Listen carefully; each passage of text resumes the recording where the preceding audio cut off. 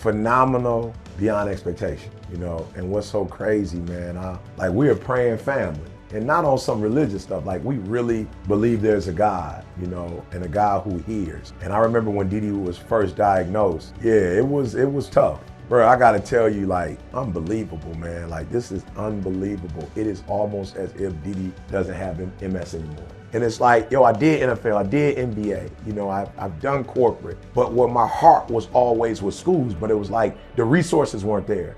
What would you do if you didn't have to work? Like, if you didn't, what would you do? And I'm like, you know what I would do? What I was doing in the beginning, schools. And I just heard God say, I want you to go back.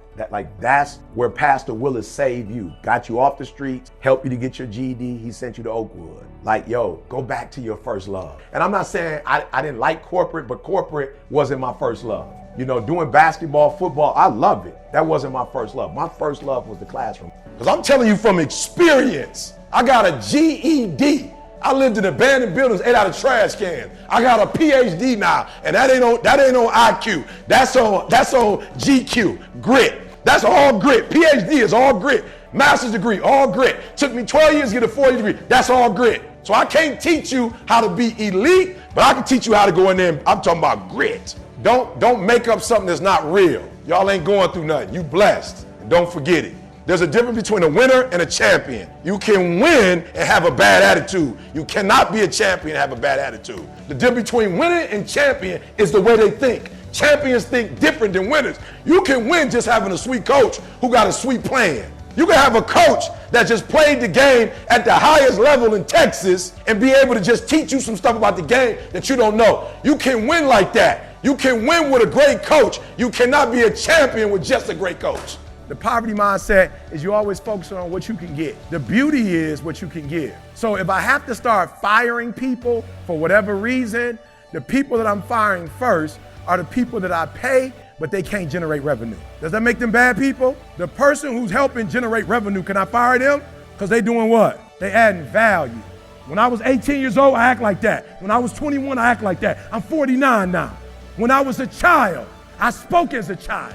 I understood as a child. I behaved like a child. But when I became a man, I put away childish things. Cut it off. Cut it off. Cut it off. Cut her off. So what? She gonna get attitude. Cut her off. You don't work nowhere else. You don't work for nobody else. You work for your mama. You work for your sister. You work for your aunts. You work for your grandma. You work for your family. You work for your kid. You ain't making no other man rich. You are saying you want something, but you're not doing the things that you say that you want to do that's going to get you to that. So if you were to do that every day or 5 days out of the 7 days, you will get results. You're not getting results because you're saying one thing and you're doing something else. They made a phone call and said, E.T., you got it.